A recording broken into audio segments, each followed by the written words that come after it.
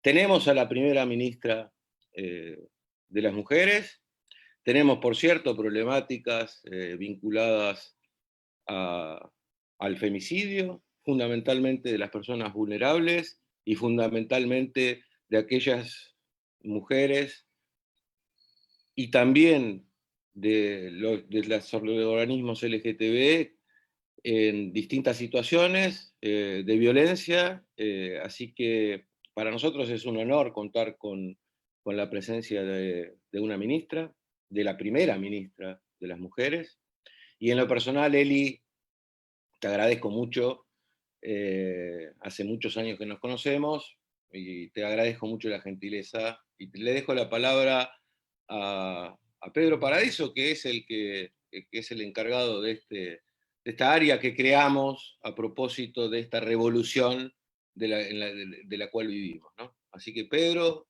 un gusto, te paso la Hola, palabra. Rodrigo. Muchísimas gracias. La verdad que sí, bueno, saludar al rector, a la ministra, a Eli, el decir públicamente y reconocer públicamente la decisión del rector de crear un área de género y diversidad sexual en el instituto es una decisión que va en consonancia también con el trabajo que hace la ministra, que hace Eli, desde una perspectiva de igualdad, de género, de diversidad, de derechos humanos, y en un lugar tan emblemático como el de las madres, ¿no? Así que es un orgullo para mí presentarles al grupo también del área y a los estudiantes de cada una de las carreras que vamos a estar conversando con Nelly. El área de género y diversidad del IUMA está compuesta por Almendra Ferrón, Manuela Paradela, Silvia Bond, Javier Álvarez y yo. Y los estudiantes, Lorena Sánchez, de licenciada en Trabajo Social, trabajo en el Hospital en Red Laura Bonaparte, es en Arezo, activista travesti trans. Cecilia Casín, estudiante de Derecho, delegada de la carrera en el Centro de Estudiantes y parte de la Comisión de Género del Centro. Valeria Caviquia, estudiante de Periodismo y Comunicación Social, delegada también de la carrera en el Centro de Estudiantes. Y Wanda Belaustegui, estudiante de Historia, secretaria general del Centro de Estudiantes e integrante de la Comisión de Géneros. Para mí la verdad que es un orgullo y un honor poder, como de una manera, inaugurar este espacio con la presencia de Eli. Es un orgullo, porque sé del compromiso histórico con los derechos humanos y con la diversidad. Así que no voy a tardar mucho para darle ahí la entrada a Eli, para que nos pueda decir unas palabras introductorias y ahí después empezar el diálogo con los estudiantes de cada una de las carreras, y que por supuesto también le decimos a todos que estamos online por Zoom, el Facebook Live en vivo también. Esto va a quedar grabado, luego se va a subir también a las redes del IUNMA, y todos pueden hacer preguntas, por supuesto, en el chat para contribuir entre todos, porque esta es una charla y una conferencia abierta a toda la comunidad. Así que con ustedes, la ministra Elizabeth Gómez Alcorta. Gracias, querido Pedro. Bueno, gracias, Rodrigo. Primero que nada por ahí lo veo a Jacobo. Hola, Jacobo. Gracias por la invitación. Contarles que apenas, bueno, Rodrigo y yo asumimos más o menos juntos la intervención de la universidad y yo el ministerio, y recuerdo la primera conversación que tuvimos inmediatamente de esto fue la decisión que tenía Rodrigo de asegurar que la gestión en la universidad tuviese una línea muy, muy clara vinculada a la perspectiva de género. Empezamos a dar los primeros pasos juntos.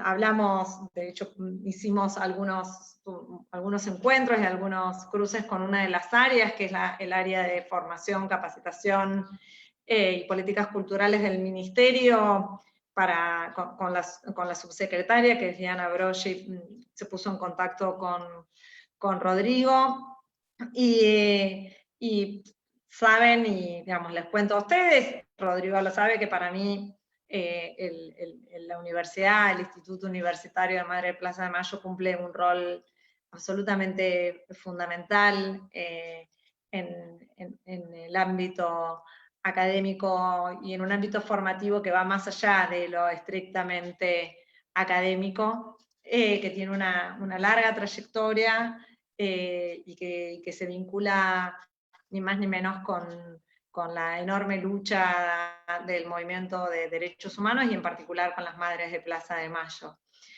Así que solamente eso se nos ocurrió cuando estuvimos hablando hace unas semanas, pido disculpas porque lo íbamos a hacer el lunes, pero bueno, me convocaron para formar parte de la comitiva a acompañar primero a la asunción del presidente Lucho Arce en Bolivia y después a participar en la despedida de Evo Morales y de Álvaro García Linera, que lo acompañamos el lunes al paso fronterizo para su regreso a su casa y dar un paso enorme en la construcción de la patria grande, y por eso es que tuve que suspender. Le había avisado a Pedro antes que a Rodrigo que había alguna posibilidad, estaba esperando a ver la hora de regreso del lunes, pero después Rodrigo me dijo, no esperemos, mejor por las dudas suspendamos, y por eso es que les pido disculpas por el cambio. Y nos parecía que más allá de la posibilidad que voy a estar seguro más adelante, porque hay un ciclo de charlas en las cuales quiero participar, que es en homenaje a Julio Mayer, y que yo pasé algunos de los temas con los que podría aportar en ese ciclo, nos parecía con Rodrigo que podía ser mucho más enriquecedor charlar, ¿no? Digamos, tener alguna posibilidad de intercambio entre los estudiantes y yo, para poder hablar de lo que se les ocurriera, digamos, ya sea tanto de la agenda del ministerio como de algún otro tema en particular. Así que la idea es intentar hacer algo lo más relajado posible, e invitarles a que nos sentamos, que estamos teniendo más bien una charla, así que a Lorena, a Valentina, a Cecilia, a Wanda, y tenemos un buen rato para poder dialogar sobre todo, así que Pedro, no sé, vos sos el maestro de ceremonias. Sí, bueno, muchísimas gracias, Eli, por tus palabras y también por esto, ¿no? Que una ministra esté charlando en forma tan, ¿no? Con tanta integridad, con tanta honestidad, con tanta libertad. Eso habla muy bien, no solamente de vos, sino también del ministerio y de este Estado argentino presente que tenemos ahora y que hemos recuperado después de diferentes épocas donde los derechos humanos no eran una agenda del Estado y donde aparte íbamos retrocediendo en los derechos humanos, en la diversidad y en la inclusión. Así que agradecerte en nombre del área, de todos los participantes de Almendra, Manuela, Silvia, Javier, este momento, y ahora sí darle la entrada a Lorena, a Cecilia, a Valentina y a Wanda para que abrir ahí los comentarios y preguntas, ¿no? Y bueno, y decir por último que es muy importante esta mirada intersectorial, ¿no? Esto de que Rodrigo cuando me convocaron, me dijo desde el primer momento, ¿no? Esto de que hay que terminar con estas miradas específicas, o con espacios específicos, y por eso el área es transversal a todas las direcciones, a todas las carreras, y eso es una decisión del rector, que también es muy importante porque ahí está la clave para la transformación social, cultural, económica que necesitamos todos. Así que bueno, ahí, alumnos, quien quiere empezar con la primera reflexión o preguntas también, ¿no? De cada una de las carreras.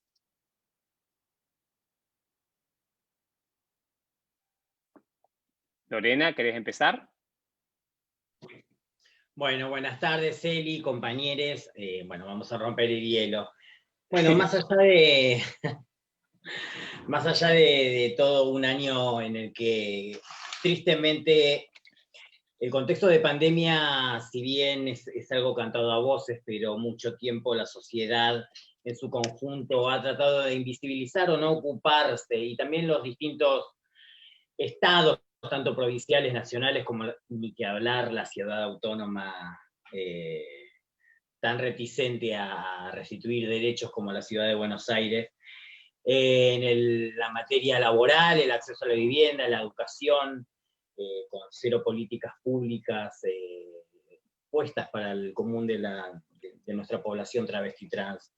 Quería saber, más que nada, no sé qué opinan los compañeros, yo voy a hablar un poco más desde la mirada que tengo como género que me atraviesa y desde lo social, el que tristemente se quedó tan visible y expuesto que las compañeras trans, travestis, son las primeras en las que siempre recae estos procesos, estos cambios tan estructurales en el cual nos encuentran un común de la población con escasos recursos, con no acceso a la formación, no acceso al trabajo, a la educación.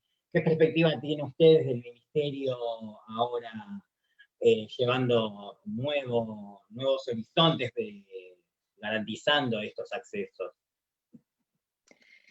Bueno, gracias Lorena por la pregunta. Sabes que, como saben, que para mí de las poblaciones más violentadas que hay hoy en Argentina, que son muchas, hay que reconocer, la población travesti trans es sin lugar a dudas la población dentro de la ciudadanía argentina que tiene mayores obstáculos, que el Estado pone mayores obstáculos para el acceso a derechos y para el goce efectivo de esos derechos. Cuando nosotros pensamos que en pleno siglo XXI la expectativa de vida promedio de una persona trans o travesti es de 40 años, sí, a todos tendría que llenarnos de vergüenza. Es imposible entender, sobre todo teniendo en cuenta que es una población muy pequeña. Este año que íbamos a tener el censo, que ahora quedó para el año que viene, era la primera vez que se iba a censar, que fue parte de lo que arreglamos con el INDEC, para poder conocer, ¿no? Tener un número más preciso, pero estimamos que es cerca de 20.000 el número de personas travesti y trans en nuestro país, que sí que es un número muy pequeño, es una población que efectivamente un Estado nacional, pero estados provinciales, es muy, muy pequeño para pensar que no hay modos de poder trabajar en políticas públicas que le hagan acceder a derechos. Esto es primer punto. Lo que sucede efectivamente, como vos bien decías, Lorena, es que hay una sucesión de violaciones a los derechos, hay una sucesión de vulneraciones a sus derechos, hay una sucesión de violencias, algunas intrafamiliares, digo, en términos de exclusiones muy rápidas del hogar, en ciertos momentos de las etapas de su vida, pero efectivamente, digo, desde las instituciones y desde el Estado, que hace que, digamos, que esa edad de 40 años sea el límite promedio de vida. Nosotros como ministerio, más allá de que tenemos una subsecretaría específica de diversidad, y tenemos el enorme honor y orgullo de tener la primera subsecretaria de Estado trans, que es Alba Rueda, que es la primera funcionaria con cargo en el Gabinete Nacional, que es hasta subsecretarias trans en la historia de nuestro país. Sabemos que es la primera de muchas que van a venir en el futuro. Más allá de que nosotros efectivamente entendemos que las políticas de diversidad, como decía recién Pedro, tienen que ser transversales. Nosotros pensamos las violencias en clave también de diversidad, el acceso o el achicamiento a las brechas en clave también de diversidad. Sí entendemos que se requieren algunas políticas focalizadas. Y empezamos este primer año, con las políticas focalizadas en materia de diversidad en relación a la población travesti trans, por esto justamente que vos decís. Además hay que decir que a esas violencias que son estructurales y esas desigualdades que son estructurales, está sonando el teléfono porque esto es a vivo, ahí van a atender. Se suma la cuestión de que efectivamente en el marco de la pandemia esas violencias y esas desigualdades se vieron enormemente ensanchadas. De hecho, la principal necesidad que tuvo la población travesti trans en la pandemia estuvo vinculada a una necesidad de alimentos, ¿sí? No se podía cubrir lo más básico, que es el alimento, y nosotros terminamos haciendo un trabajo que no era el que nosotros nos imaginábamos que íbamos a llevar adelante. Obviamente no pensábamos que nos iba a encontrar la pandemia, pero fue cubrir las necesidades alimentarias, que es algo realmente muy básico. Para nosotros hay una enorme cantidad de políticas que hay que llevar adelante. Estamos muy orgullosas, y eso lo tengo que poner en esos términos, del decreto presidencial de cupo laboral trans. Nosotros somos conscientes que el acceso a un trabajo formal implica un acceso a derechos más allá del derecho al trabajo. Sabemos que las enormes dificultades para el acceso al trabajo formal también están vinculados con la escasa, las encuestas que hay, más o menos que el 70% de la población travesti trans no ha terminado sus estudios secundarios, entonces eso es una cadena, es la cadena de vulneraciones que hacía referencia antes. Es un porcentaje altísimo, sí, totalmente. Altísimo, totalmente. Altísimo. Por eso la posibilidad que sea el Estado el que contrate, exceptuando esa regla, pues ustedes saben que la Administración Pública Nacional establece requisitos mínimos para el ingreso al empleo público, uno de ellos es el título secundario, entonces el mismo decreto exceptúa la terminalidad secundaria, colocando en cabeza del Ministerio de las Mujeres, Géneros y Diversidad, junto con el Ministerio de Educación, el INADI y otros organismos, la obligación de facilitar a aquellos que ingresan exceptuados a llevar adelante esa terminalidad secundaria. Entonces, entendiendo que hay un abordaje integral. ¿Es un primer paso? Sí, es un primer paso, pero tiene algunas cuestiones que son importantes. Primero, son varias las provincias que tienen el cupo laboral trans, son varias los municipios que lo han comenzado a tener. Nosotros nos venimos dando cuenta que hay un efecto contagio muy grande, que es cuando impulsás desde la nación algunas políticas, eso impacta muy fuerte en los niveles provinciales, y después estamos llevando adelante un trabajo enorme para la implementación, que no es sencilla, pero que ya hemos comenzado, y también creemos que el Estado tiene que dar ese primer paso. Yo ponía el ejemplo el otro día de, ustedes vieron a Diana Surco, que es la conductora, la primera conductora de la TV, de la televisión, travesti, digamos, nosotros tenemos que entender que va a llegar un momento, y que ese va a ser el momento en donde parte de las políticas nuestras dejen de ser necesarias, en donde, o el Banco Nación, que acaba de contratar, digamos, trabajadoras trans, digamos, que sea absolutamente habitual en términos culturales que cuando uno va al banco haya mujeres cis, mujeres trans, varones cis, varones trans, varones, digamos, y que efectivamente ese va a ser el momento en donde los enormes niveles de discriminación los hayamos logrado borrar. Pero bueno, estamos dando pasos. La ley de identidad de género fue un paso enorme hace 8 años atrás.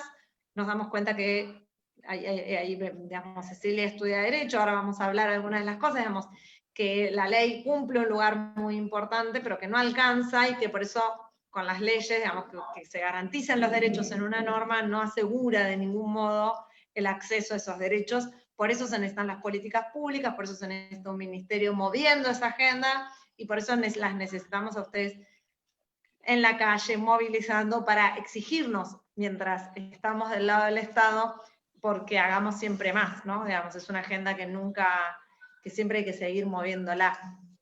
Totalmente, donde primero y principal existe un gran porcentaje de la hegemonía del Estado, tan ortodoxa que aún es reticente. Esto hay que tener un compromiso, desde luego, los distintos organismos, las distintas instituciones que tengan la decisión política de lograr que una compañera, que tristemente también debo reconocer que la dirigencia travesti trans deja un poco al margen de lado lo que es el AMBA, el Gran Buenos Aires, ni que hablar en conurbano profundo y las provincias del interior, si no están organizadas permanentemente en una agrupación a la cual es partidaria. hago un hincapié. Yo estoy trabajando en un hospital hace 7 meses, agradezco muchísimo la intervención, la directora Edith Benedetti, que previsora, me dejó militar en lo que fue el cupo laboral travesti trans dentro de nuestro hospital, nuestra institución. Entonces, dentro de ese marco pudimos incorporar 3 compañeras trans y un varón trans. Igual sigue siendo un número bajísimo, siendo que, nada, es triste que por ahí son compañeras que si no hubiesen sido un poco visibles o llegadas a alguna organización, no hubiesen tenido la posibilidad también de acceder al trabajo.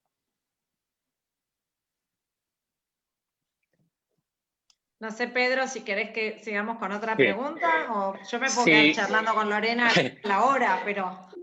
Perdón. No, sí, vamos a pasar ahí. Gracias, Lorena, y gracias, Eli, porque la verdad que estaba pensando, cuando las escuchaba, en esto de las violencias, la expectativa de vida, y siempre recuerdo las sabias palabras del maestro Raúl Zaffaroni, cuando habla en su libro La palabra de los muertos sobre el genocidio por goteo, ¿no? La política de exterminio hacia los diferentes grupos vulnerabilizados históricamente, no solamente a la población trans, travesti, sino a todos, pero sí, esto que bien mencionaba tanto Lorena como vos, la cuestión específica, ¿no? La urgencia específica, como también la ley de aborto y demás, que hay una necesidad urgente y que hay cosas que tenemos que avanzar. Así que muchísimas gracias, ahí le doy el paso a Cecilia, de la carrera de Derecho.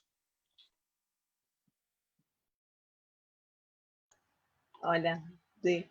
No, en realidad quería saber si había posibilidad de hacer actividades juntas con el Ministerio y la universidad, prácticas institucionales, investigaciones, talleres, seminarios y demás, como lo veían. Bueno, sí, claro, se puede pensar, todo se puede pensar. Nosotros estamos abiertos, nosotros tenemos un área de formación, capacitación y políticas culturales para la igualdad. Ese área centralmente nosotros tenemos un mandato que es la implementación de la ley Micaela en toda la administración pública nacional. Saben que la ley nosotros entendemos que es una herramienta estratégica, que justamente es pensar capacitaciones situadas para todos los trabajadores, trabajadoras, funcionarios, funcionarias de la Administración Pública Nacional y a las máximas autoridades del Congreso y de la Corte y del Poder Judicial. El Poder Judicial nos está costando un poco, pero el Congreso ya lo pudimos llevar adelante. Nosotros estamos trabajando con formación en el ámbito sindical, estamos pensando algunas capacitaciones para el ámbito privado, estamos haciendo capacitaciones y sensibilizaciones en los clubes, sobre todo en los clubes de fútbol, y ustedes saben que hay una red, que es la RUGE, que es la Red Universitaria de Géneros, que tiene muchísimo tiempo ya de vida, que ha sido bastante pionera en términos de capacitación y sensibilización y de pensar sobre todo los estudios terciarios y universitarios con perspectiva de género.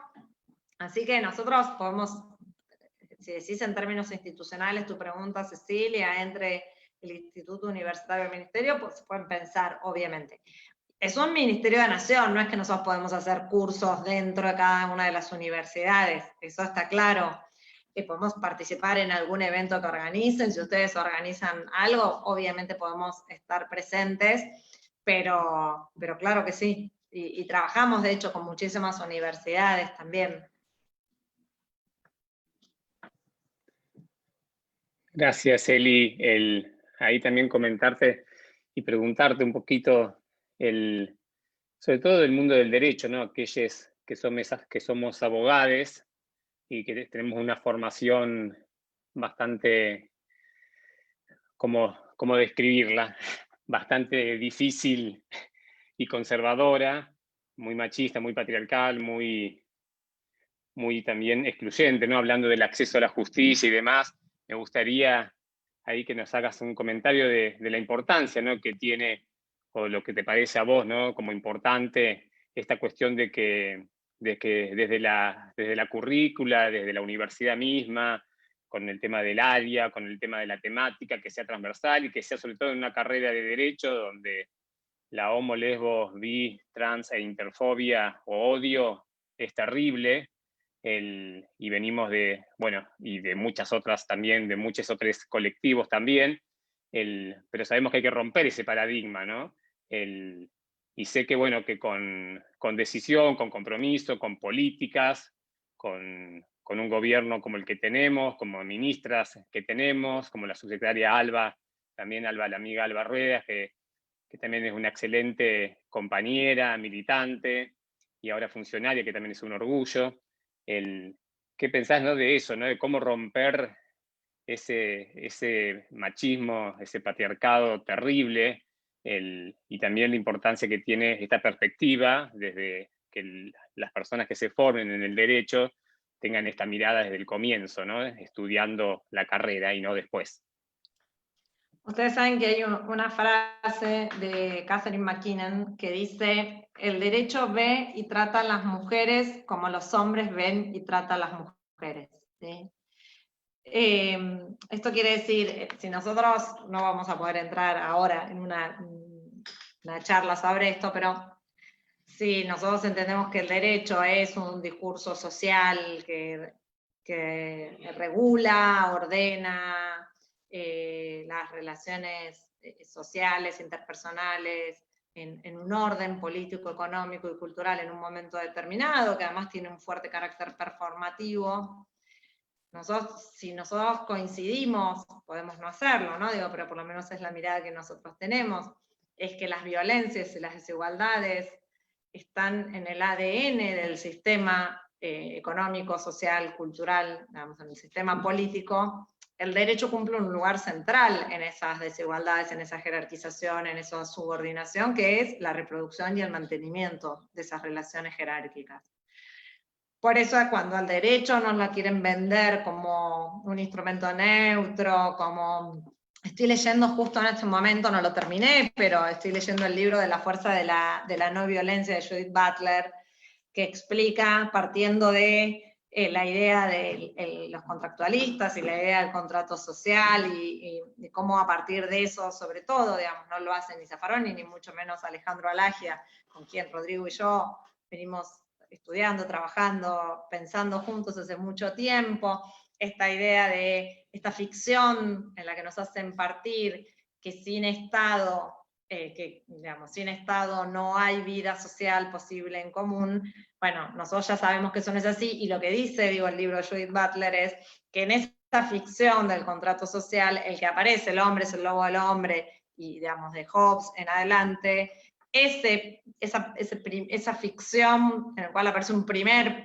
el primer momento en donde se firma ese contrato ficticio, es un hombre adulto, varón, cis, que no requiere, digamos, que llegó ahí a hacerse esa pregunta sin partir de cuáles fueron quiénes lo cuidó antes, si fue niño o niña, si obviamente no es mujer, es un hombre claramente cis, digamos, y en todo ese relato que existe ficcional y en el cual nosotros aprendemos y en el cual el derecho se asienta, porque lo que está diciendo que la necesidad de ese Estado es la necesidad de la coerción estatal, la necesidad del monopolio de esa fuerza para poder sostener, sea en quien sea, digamos, en el Estado, en el rey, la convivencia. Y esa es la ficción que el derecho nos crea, partiendo de una supuesta situación neutral y presentándose siempre como un instrumento neutral. Nosotros tenemos clarísimo que eso no es así, que es también puede ser un instrumento de lucha, y eso hay que reconocerlo, pero hay que saber que es un instrumento que efectivamente tiene género y está pensado para sostener las desigualdades y muchas veces como gran reproductor de las violencias. Lo podemos pensar, mi formación o deformación es el derecho penal, podemos pensar el rol que cumple hace 100 años el aborto, como una práctica prohibida, criminalizante, digamos, criminalizada en el cuerpo de las mujeres, en la vida de las mujeres, en la asignación un rol asociado a lo biológico de las mujeres, entonces, bueno, ¿cómo no vamos a pensar que ocupe un lugar central el derecho en la reproducción de las violencias que tienen sexo, ¿no? Claramente. Como decía ayer, nosotras también nos capacitamos, las máximas autoridades del Ministerio de las Mujeres, y ayer tenemos 4 capacitaciones, y ayer nos capacitaba Rita Segato, ya nos había capacitado Nelly Mijersky, ya lo había hecho Diana Mafía, ayer le tocó a Rita, y la semana que viene terminamos con Dora Barrancos, y ayer ella decía, bueno, las mujeres siempre son asesinadas y nunca son asesinas, ¿no? Pues, centralmente, digamos, no es que nunca lo son, digamos. Las matan y no matan. Bueno, entonces, bueno, ¿cómo no nos vamos a preguntar por las violencias, y sobre todo por la violencia más importante, que es la violencia estatal? Y dentro, cuando pensamos en la violencia estatal, pensamos en la legítima, y es ni más ni menos la que encarna el poder punitivo. Así que creo que para hablar del rol del derecho, y sobre todo de la formación, porque si nosotros, sobre todo que era tu pregunta, Pedro, me fui un poco, digamos, si nosotros enseñamos el derecho con asepsia, estamos claramente generando un campo propicio para esa reproducción acrítica, y por eso digo, porque también el derecho puede ser lucha, y lo es en muchas ocasiones. Entonces digo que sobre todo en todos los espacios, pero en este espacio más que en ningún otro, digamos, no hay forma de que uno lo pueda pensar así. Para nosotros es una disputa enorme, porque en los ámbitos de formación, cuando nosotros pensamos en la ley Micaela, en las capacitaciones, tratamos de desarmar o de incluir conceptos en gente que ya está formada, ya está formateada. Es como cuando uno se tiene que deconstruir porque te construyeron de una forma. Si nosotros vamos a tratar de que aquellos que sean docentes, o aquellos que sean funcionarios y funcionarias, se les incluya la perspectiva de género, si vos te formaste sin esa perspectiva, lo que nosotros vamos a poder hacer después son como parchecitos, en el mejor de los casos. Por eso los ámbitos de formación, así como la ESI en la etapa inicial, en la primaria, en la secundaria, es absolutamente central. Y así como por ejemplo la perspectiva de derechos humanos se conquistó en la Ley de Educación Superior en determinado momento, un costo altísimo, como sabremos todos los que estamos acá, pero lo logramos conquistar, que sea obligatorio en la Ley de Educación Superior incluir los contenidos de derechos humanos. Ahora la batalla es por incluir los contenidos vinculados a género. Resistencias, claro que los hay, siempre las hay. Es una revolución, como decía Rodrigo, y sabemos que siempre hay resistencias a eso. Muchas gracias, Eli, ahí por la reflexión. Cecilia, no sé si querés comentar algo más o paso a la otra compañera. Sí, quería consultar si hay posibilidades de que nuestras prácticas profesionales sean en el Ministerio de Derecho. Todo eso, Cecilia, todo lo que es institucional, todo se puede charlar. Lo que quiero decir es que eso son conversaciones institucionales. Sí, digamos, todavía no tenemos prácticas, es un ministerio que tiene 10 meses de vida, para eso hay que firmarse convenios, hay que darlos en el marco institucional, entonces todo eso es algo que hay que charlarlo en términos institucionales. Gracias, Eli, gracias, Cecilia. Bueno, ahora Valentina, de Periodismo y Comunicación Social. Hola, ¿qué tal? Bueno, buenas tardes a todos. Muchas gracias, un placer, Eli, tenerte acá presente en la Universidad de las Madres. Gracias a Pedro, gracias Rodrigo, y bueno, a las compas que me acompañan. Más que nada, pensándolo también desde mi carrera y por lo que estabas hablando también, el género justamente es una batalla cultural y es una lucha de todos los días. Y bueno, como decimos, lo que no se dice no existe. No sé si no existe, pero por lo menos cuando las cosas se dicen se empiezan a visibilizar, y cuando también se pone el cuerpo, digo, la compañera Diana Surco en Canal en la TV pública es increíble, también un montón de compañeras periodistas, colegas, futuras colegas, súper jóvenes, también empezar a revalorizar el rol de las mujeres y jóvenes, porque también es como, no por victimizarme, pero suele ser un grupo como bastante atacado. Yo, por ejemplo, también trabajo en el Estado Nacional, y siempre fue muy desmerecido nuestra labor, por lo menos desde ahí.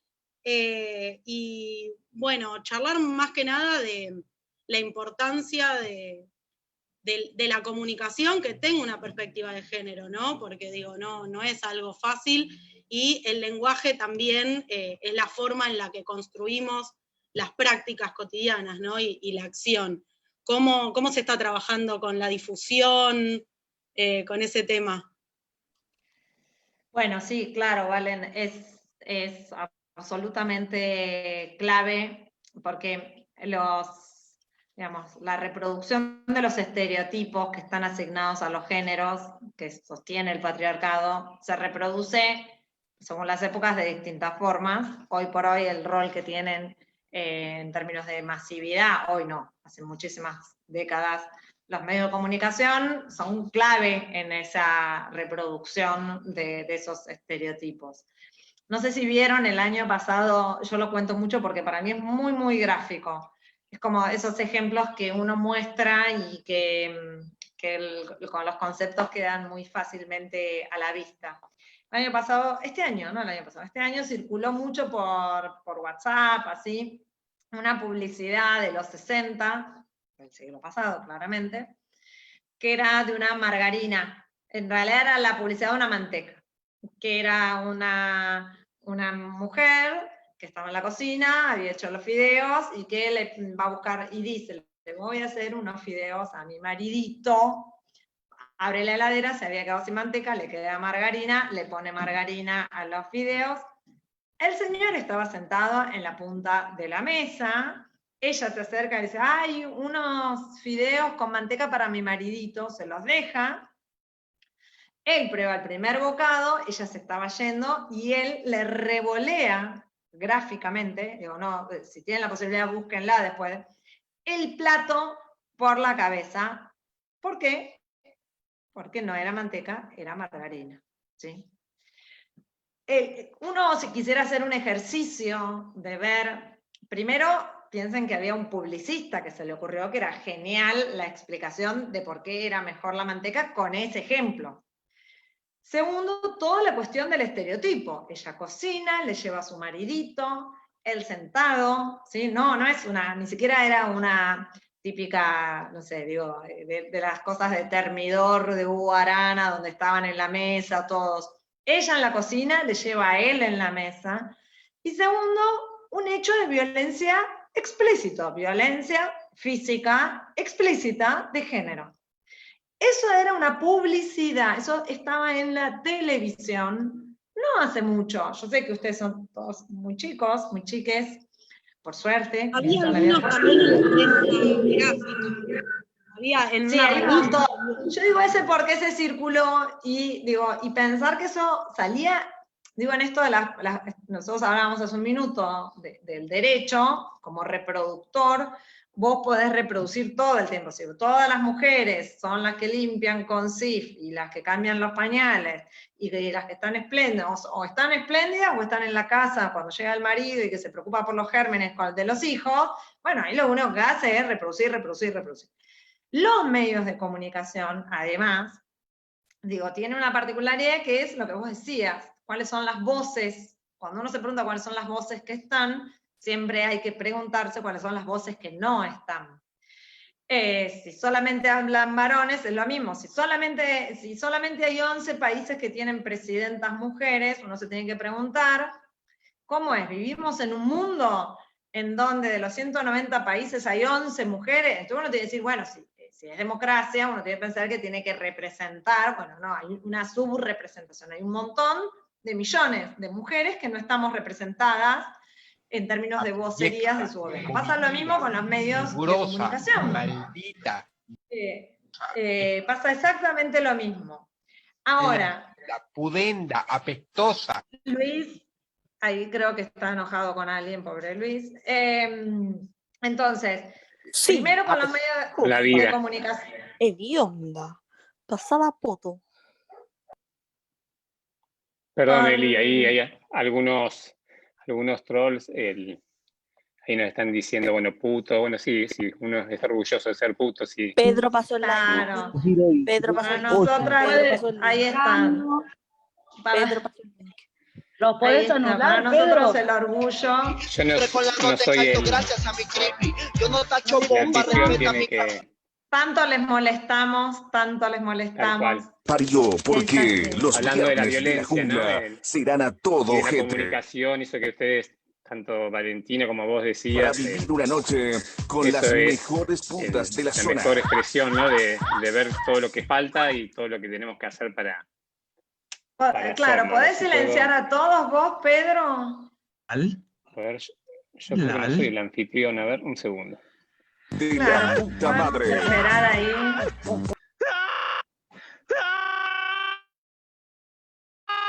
Y entonces te la pasas mamando de estudio Puta en madre. estudio. Puta madre en la jungla. Abre mirada y trae a la puta de tu hermana. Y tú eres mío.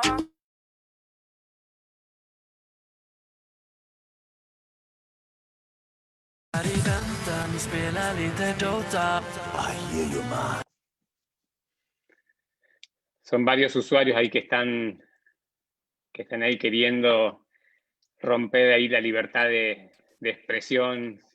Justamente el odio y todo ese patriarcado del que estabas hablando y del que se venía No hay que charlando. ponerse nervioso, porque es lo que quieren. Exacto. Y nosotros no. Nosotros Igual seguimos acá, seguimos construimos defendiendo y desde seguimos el amor. transformando. Además, saben que nosotros construimos desde el amor, nunca desde el Exacto. odio. Y eso es algo que tiene una potencia revolucionaria. Desde el amor y desde el deseo. Así que nunca no nos vamos A callar. a callar. Exactamente. Gracias. Por más que nos pongan un poco de reggaetón, que nos viene muy bien también para esta hora. Para Aparte, levantar un poco. pobres, vivir con ese odio adentro, a mí la verdad me dan compasión, porque las marchas del odio, la gente que se mueve por el odio, es lamentable. Pobres, Es así. vivir así, ¿no? Tal cual. Acá se siente Algo amor que- y orgullo, y eso es hermoso. Algo que me Más en parece este maravilloso, digo, para intentar seguir, es, si no leyeron o no vieron, porque en realidad es un libro que retoma, que en realidad baja, digamos, una discusión muy, muy interesante que se dio entre Beatriz Sarlo y Santiago Kalinsky, que es La lengua en disputa. Es muy cortito, digamos, se puede ver el video que está en YouTube, así que es válido para el que no tenga, digamos, está el libro lo que tiene es nada, es la reproducción textual de ese diálogo, ese debate, digamos, que se dio, que es justamente sobre el lenguaje inclusivo. Y para mí está muy bien porque muestra distintas posiciones, que es parte de la pregunta que me decía también Valen. Nosotras desde el Ministerio intentamos trabajar en dos ejes que son distintos. Uno, trabajamos acompañando una serie de proyectos de ley que están vinculados a generar la paridad en los medios de comunicación. ¿Por qué? Porque necesitamos que haya voces diversas, inclusivas, y representación, sobre todo en los medios de comunicación, tanto de mujeres, cis, trans, digamos, y de la diversidad. Por otro lado, trabajamos mucho con lo que es la Secretaría de Medios de Nación, y venimos laburando mucho. La semana pasada firmamos un convenio para trabajar con TELAM y con la TV Pública, que además es la primera vez que todos los medios nacionales están en sus máximas autoridades son mujeres. Está Bernanda Llorente y Rosario Lufrano, y el área de contenidos también, está Jessica Tritten. Y por otro lado estamos trabajando, nosotros ya hicimos una guía de lenguaje inclusivo para la Administración Pública Nacional. La gente en general entiende que el lenguaje inclusivo es hablar con la E exclusivamente, pero lo cierto es que hay que trabajar mucho para poder utilizar sustantivos y distintas palabras que puedan incluir y que no utilizan el género, que puedan incluir a todes y que no incluya el género. Y estamos convencidas, como decías vos, Valen, que aquello que no se nombra se invisibiliza, y la tarea central que tenemos nosotros es invisibilizar aquellas que siempre fueron ninguneadas y darle voz a todos aquellos y aquellas que nunca la tuvieron. Así que ahí andamos, en eso estamos. Muchas gracias, Eli. Perdón, solamente agregar una cosita, que se cumplen los 69 años del voto femenino, lo cual es muy importante recordarlo, ya que también nos reconocieron como personas con el derecho al voto y a expresarnos. Así que, bueno, muchas gracias y vamos a seguir trabajando para seguir nombrando y visibilizarnos. Gracias, Valentina, gracias, Eli, por las reflexiones. Y ahora pasamos a Wanda, que es estudiante de Historia, ¿no? Hablando justamente de eso que comentábamos recién, la cuestión histórica de la impunidad, de la falta de acceso a la justicia y de la falta de acceso a los derechos más básicos. Así que bueno, ahí Wanda, bienvenida y gracias. Gracias a vos, Pedro. Aprovechar para darles la bienvenida al área de género que se incorpora a la universidad. Ahora sí, formalmente, ya hemos mantenido una reunión con la mesa de género, que venimos trabajando hace tiempo, un espacio que la universidad no tenía y tan necesario no solo para mediar o trabajar en los vínculos entre la comunidad educativa, sino también tan necesario para lo que es la academia y la formación en este instituto. Tal vez historizando un poco sobre nuestra universidad, que nace ahí por el 2000, cuando las madres entendieron que la batalla era cultural y que era necesario meterse en la academia para transformarla, y que empezó siendo un proyecto más bien de educación alternativo. Comenzó con talleres, con seminarios, con cursos, y luego fue formalizándose para construir 4 carreras que con un título den las herramientas, doten de herramientas al pueblo, a las personas, para ir a disputar, ir a dar justamente todas estas batallas. Desde 4 áreas totalmente estratégicas, que son el derecho, por esto decía Eli, de que si el derecho lo sigue haciendo un sector, no va a contemplar y no va a responder a las necesidades del pueblo, a las necesidades de los sectores marginalizados. Entonces es necesario llenar de pueblo el derecho para transformar el marco regulatorio, el marco legal de nuestra sociedad. Por otro lado, el trabajo social como herramienta base para dar las disputas, para acompañar, para dotar de herramientas también a los barrios, la comunicación que sea social, que diga todo lo que los medios hegemónicos no dicen y no quieren decir, y la historia para reconocernos los pueblos con esa historia, con esa identidad, y que no sea la historia de los vencedores la que se aprenda y se siga reproduciendo.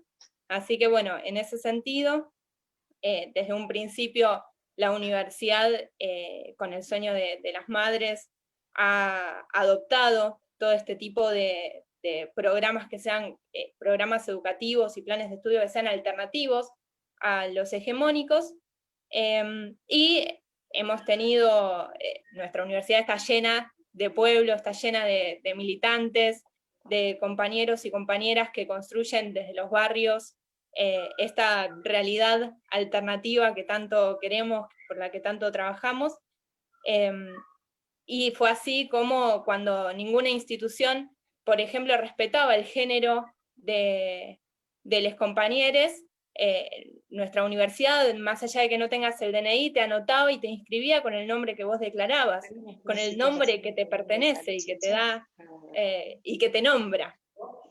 Así que en ese sentido, ahora estar inaugurando esta área es maravilloso, habla muy bien de lo que se viene.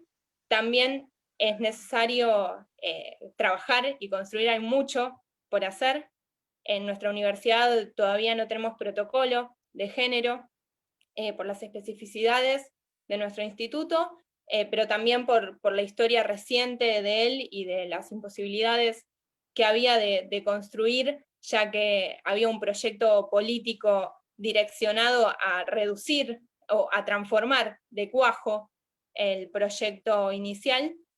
Así que en ese sentido, lamentablemente, bueno, en este contexto estamos muchos con mesas de examen, muchos compañeros y compañeras no han podido participar, también porque la falta de conectividad sigue siendo un problema. Entonces la brecha tecnológica de la sociedad y la imposibilidad de acceder a las herramientas tecnológicas o al internet han imposibilitado que muchos compañeros y compañeras puedan estar acompañando, pero sí traigo desde la mesa de género la pregunta, o para construir tal vez el protocolo de género en nuestra universidad, consultarte, Elis, qué experiencia podés rescatar del resto de las universidades, y cómo es que implementar las políticas de género lleva todo un proceso muy largo y arduo. ¿Cómo es qué devoluciones o reflexiones tenés al respecto de la experiencia ya ganada en muchos institutos?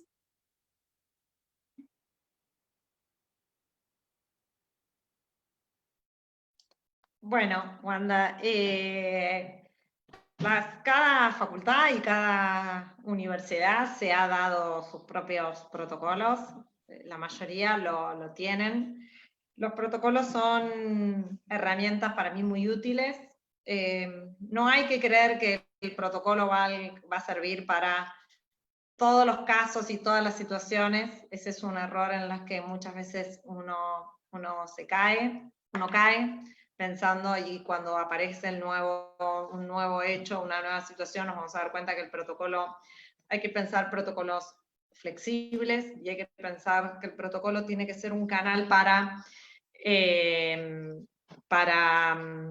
justamente, para poder vehiculizar una situación conflictiva. Si pensamos los protocolos desde un lugar punitivista, me parece que la pifiamos.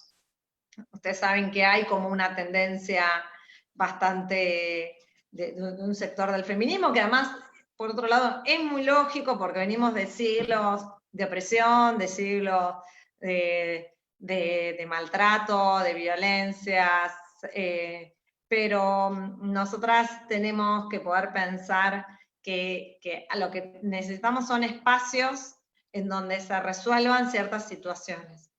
Si no, a veces podemos tender a creer que, digamos, si nosotras somos absolutamente conscientes que las situaciones de violencia no son un error, no es una persona que recayó en un error, sino que es el sistema, ni es que tenemos que olvidarnos de las responsabilidades individuales y colocar todo el problema en el sistema o en lo estructural, ni es que podemos poner todos los problemas exclusivamente individuales o responsabilidades y olvidarnos del sistema. Entonces, hay que generar buenas políticas y buenas prácticas intraorganización, sea cual sea, intrainstitución, sea cual sea en una fábrica, sea en una universidad, sea en el Estado, sea en un movimiento social. Digamos, las situaciones de violencia aparecen continuamente. Entonces, por un lado hay que poder trabajar para que haya espacios donde decirlo, donde plantearlo, porque si no sabemos que lo que hacemos es nos vamos, si nos dejamos el trabajo porque el jefe te incomoda, dejamos, digamos, lo que nosotros tenemos que evitar es eso.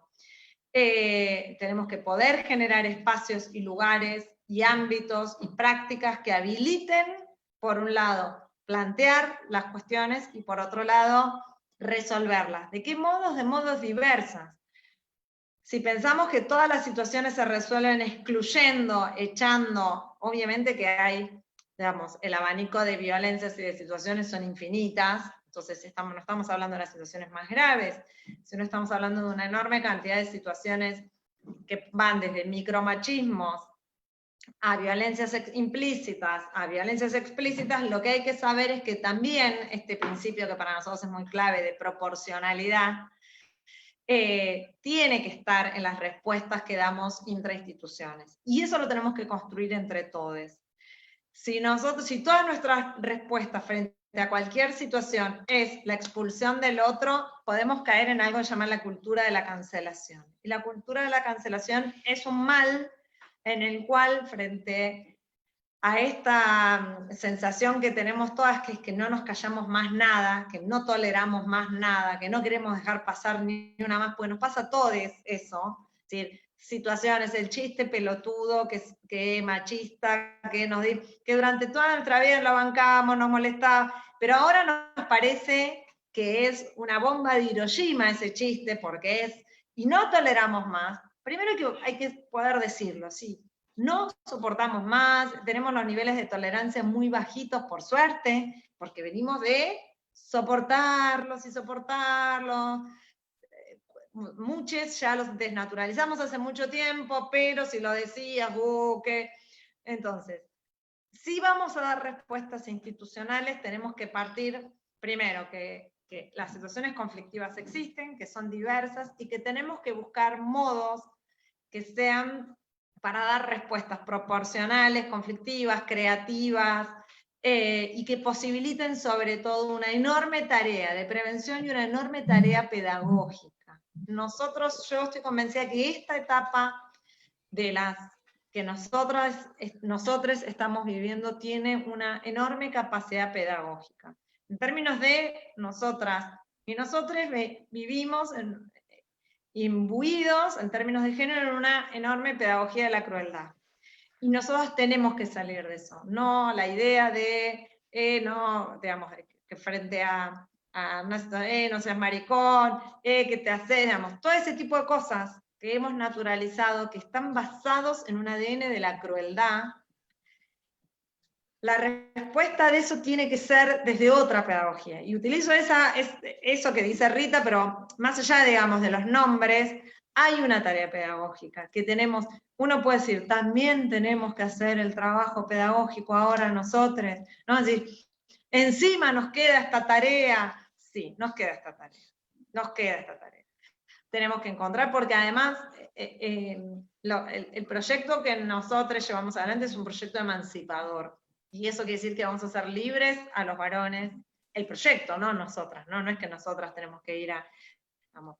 Y cuando nosotras ganemos, digamos, en autonomía y en independencia, también lo van a ganar ellos. Entonces ahí hay todavía un camino que tenemos que recorrer, y sobre todo para posibilitar la apertura de la escucha.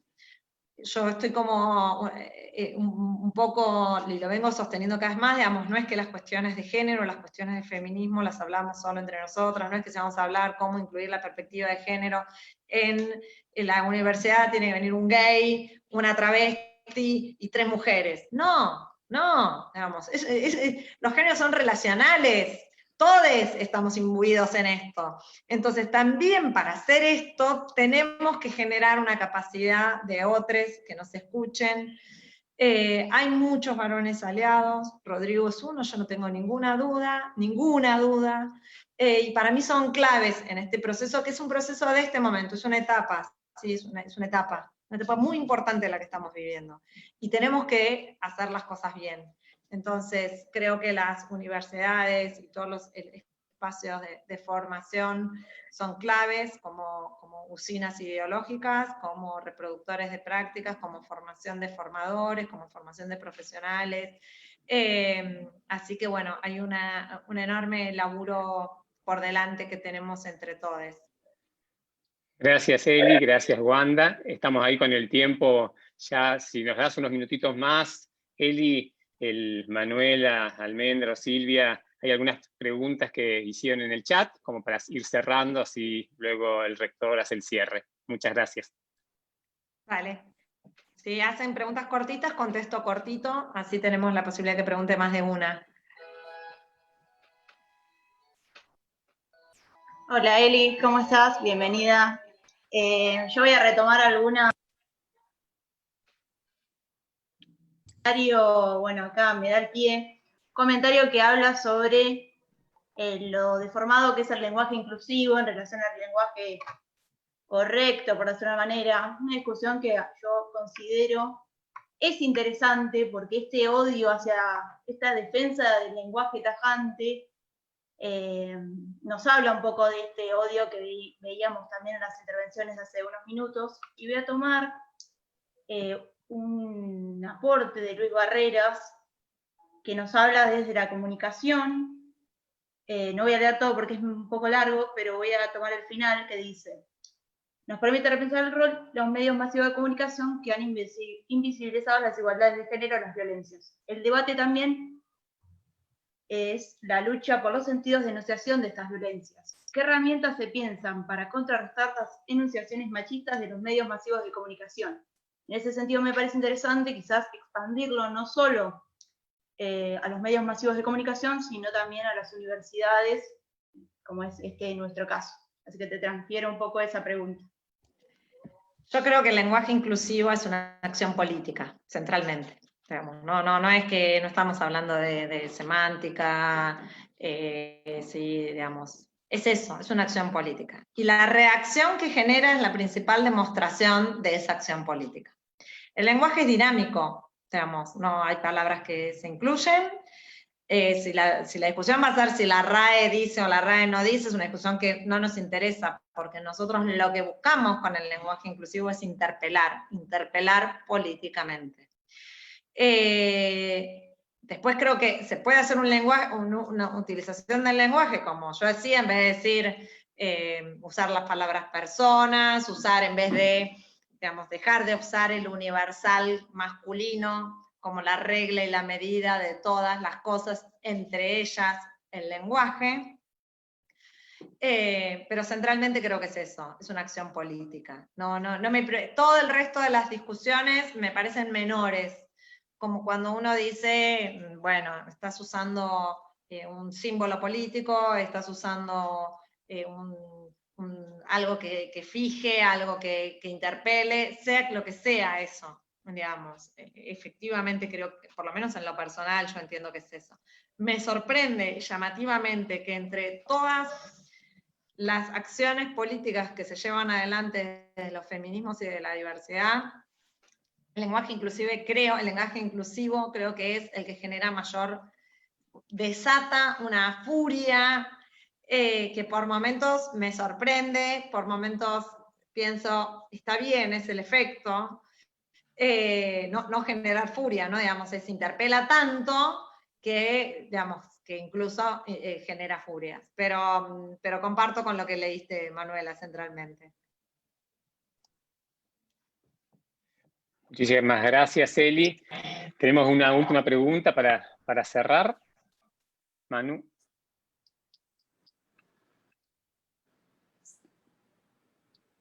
Sí. Sí. Bueno, Almen. No. Bueno, hola, ¿cómo están? Acá acerco una última pregunta acerca de las masculinidades que hicieron en el chat, que me parece importante para replantear lo que venimos hablando, que hablan sobre la jornada de formación federal sobre masculinidades. Dice, teniendo en cuenta las tasas de femicidio en el país y viéndose duplicado durante la cuarentena. Primero, las tasas de femicidio no se duplicaron durante la cuarentena. Sí se elevaron, pero no se duplicaron, ni mucho menos. Igual las masculinidades, los femicidios y los travesticidios son las violencias extremas. Es esa punta de ese iceberg. Digamos, lo importante es que hay una enorme sucesión de violencias que en general cuando uno ve la extrema le parece qué locura, en qué sociedad vivimos, pero uno reproduce todos los días una enorme cantidad de las que están por debajo o que son invisibilizadas. Yo creo que las masculinidades es el gran tema. Es el gran tema. Primero porque hablábamos de que los géneros son relacionales y durante muchísimo tiempo, décadas y décadas, nos dedicamos, digo, a pensar desde la filosofía, desde la política, desde la militancia, a las mujeres, a las diversidades, en su enorme amplitud, diversidad, pero no pensamos las masculinidades, no se puso en el centro la masculinidad. Y el patriarcado es la masculinidad, es una masculinidad construida para subalternizar a otros cuerpos, a otras personas, es eso. Y poner lo que se está logrando por primera vez es poner en ese foco, en el centro, que hablamos de masculinidad. Porque así como a nosotras nos han enseñado que nos regalaban muñequitas y nos hacían ver películas donde ustedes piensen que las princesas encantadas dormidas, esperaban dormidas al príncipe, que las besaba y las salvaba. Dormidas, miren el lugar de mayor pasividad que nos pudieron dar la fantasía a millones y millones de generaciones de niñas. Ese era el lugar predestinado, estar dormidas esperando que nos salve un beso de un príncipe. Cuando sabemos que el lugar más inseguro para las mujeres es nuestra casa, ¿no? Es donde vivimos con ese que tiene altas chances saben que del 100% de los femicidios, el 80% son femicidios íntimos. Entonces, así como nosotros esto lo trabajamos, lo pensamos, lo estudiamos, lo discutimos, hablamos, ahora, ¿cómo se construyen esos hombres que tienen que, para llegar a salvar encima a una mina que está dormida, salir, pelearse con dragones, ser valientes, no tener miedo, pasar por no sé cuántas cosas y una inmensa mayor cantidad de cosas de demostración para llegar a salvar una mina que está dormida? Bueno, pensar desde ese lugar cuáles son esos mandatos de masculinidad son centrales, porque esos mandatos de masculinidad hacen que centralmente, ¿sí?, los tipos se infarten y se mueran de infarto, tengan una expectativa de vida menos que la nuestra, que ese mandato de ser proveedor tenga un costo altísimo para ellos, que tengan que amputarse la sensibilidad a lo largo de toda su vida, que vivan con angustia y que no sepan por qué, que no puedan tener relaciones tan amorosas de amistad como las que podemos tener nosotras. Entonces, también poder pensar en términos de costos de la masculinidad para los varones, en términos, no importa si es la masculinidad hegemónica, hay muchas formas de nombrarla, de denominarla. Lo que digo es, también poder desarmar, que también tiene muchos costos, obviamente tiene muchos más costos los otros géneros, en términos de que a nosotros se nos va la vida en eso, pero de otra forma, se nos va la vida en manos de esas masculinidades hegemónicas, pero a los hombres también son los que se mueren en accidentes de tránsito, porque hay que demostrar que pueden ir rápido y que son valientes, y ustedes saben que el 99% de las armas en la Argentina están en manos de varones, por eso tienen muchas más chances de morirse con una bala, atravesado por una bala un varón que una mujer. 99%, es un dato que obtuve este año. Bueno, si la violencia no está asignada como un lugar central en ese mandato de masculinidad, y que además de tener nosotras como costo, también lo tienen ellos, es un trabajo enorme que tenemos por delante, y por eso cuando nosotros decimos que es un proyecto emancipador, porque así como, digo, la posibilidad de desarmar ese mandato también va a ser más libre, justamente a los varones. Entonces creo que es el momento de que no tengan que estar todo el tiempo rindiéndose cuenta entre ellos, y en esa cofradía, en esa corporación masculina, que tiene un costo altísimo. Para ellos también tiene un costo altísimo. Entonces es parte del proceso que los compañeros tienen que empezar a transitar, que muchos lo empiezan a hacer. Ahí hay un laburo hermoso, enorme, liberador, y que es imposible pensar las transformaciones civilizatorias que estamos buscando todos sin ese trabajo que cada uno se lo tiene que dar, ¿no? Digo, nosotros desde el Estado tenemos un laburo enorme que es poder impulsar eso, pero que bueno, que después hay un trabajo individual, colectivo, grupal, de redes, que yo creo que se está avanzando cada vez más. Así que ahí va el tema de las masculinidades. Muchas gracias, Eli, muchísimas gracias.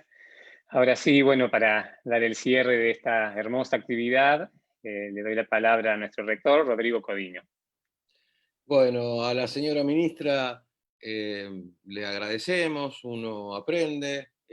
Creemos también que dentro de la población vulnerable, travesti trans, el feminismo popular no blanco tiene una doble vulneración de derechos. Les moroches, les aceitunes, les morenes, les no blanques.